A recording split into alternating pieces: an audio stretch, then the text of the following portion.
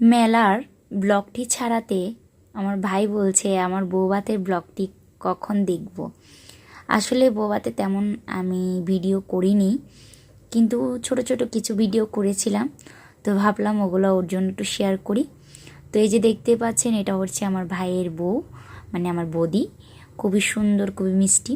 তো টুকু চলে গিয়েছিল ওর কাকিমার সাথে গিয়ে ছবি তোলার জন্য।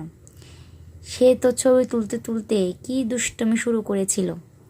আর এদিকে গিয়েছে একটা মাসিমা ছবি তুলতে নতুন বউয়ের সাথে। আর সে তো ক্যামেরার দিকে তাকাচ্ছিলই না, শুধু মাথা চুলকাচ্ছিল। তো তারপর ওদের সবার ছবি তুললো ফটোগ্রাফারে। তো এই আর কি টুকুর জুতাটা খুলে ফেলছিল, তারপর আমি গিয়ে টুকুর জুতাটা খুলে দিয়েছিলাম। এই যে ফটোগ্রাফার ভাই গিয়েছিল, তারপর আমি খুলে দিয়েছি। এদিকে আমি গিফট নিয়ে বসে আছি ভাই আর বৌদিকে দেওয়ার জন্য।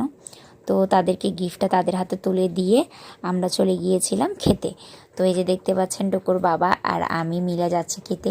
আসলে আমি তেমন ভিডিও করিনি, তো তাই ছোট ছোট কিছু ক্লিপ তোমাদের সাথে শেয়ার করছি আমার ভাইয়ের জন্য।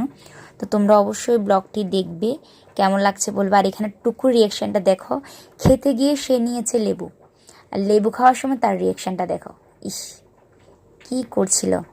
আর এদিকে তার ঠাম্মা তার বাবা তো হাসতে হাসতে শেষ, আমিও হাসছিলাম তার রিয়াকশান দেখে।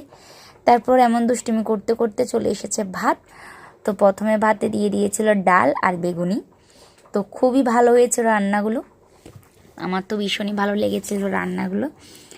আর এদিকে আমি খাওয়া দাওয়া করছি, তোমরাও ব্লগটি দেখো সম্পূর্ণ।